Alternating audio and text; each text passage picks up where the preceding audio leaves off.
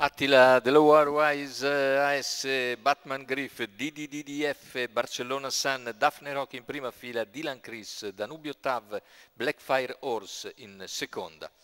Barcellona Sun e DDDF i più appoggiati in chiusura.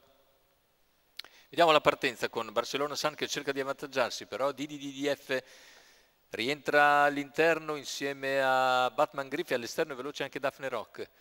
Sulla piegata però l'errore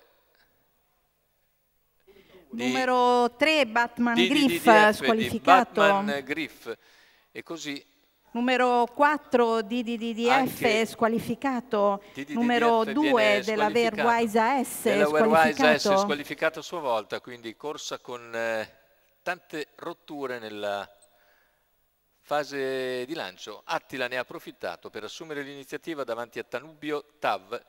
Terza posizione per Barcellona Sun, poi Dylan Chris, mentre all'esterno c'è Daphne Rock che precede Blackfire Horse, unico superstite praticamente. Dopo 600 metri continua a guidare Attila, nella cui scia è Danubio Tav, in terza posizione Barcellona Sun, 800 metri iniziali che se ne vanno in 59,1. Quindi andatura comunque sostenuta da parte di Attila.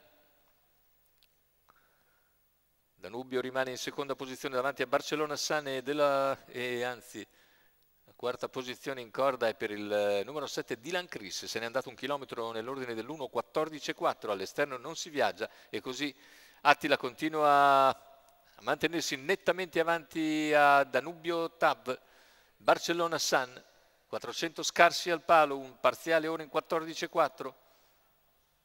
Cerca di progredire Blackfire Horse, ma si getta di galoppo a metà della curva conclusiva e così Attila. Numero 9 Blackfire Horse squalificato. Tanto Danubio Tav che prova ad avvicinare Attila, che entra ancora con due lunghezze comunque in retta e nel finale controlla la situazione per vincere agevolmente Attila e Max Castaldo. Secondo posto per Danubio Tav, al terzo Barcellona Sun. Corsa sicuramente viziata da tanti errori e quindi condizionata, ma vince comunque Attila in un 1:13,4 con 29,3 a chiudere in piena spinta, che la dice tutta sulla condizione dell'allievo di Marco Bortolotti, guidato da Max Castaldo per conto del signor Guido Mezzetti.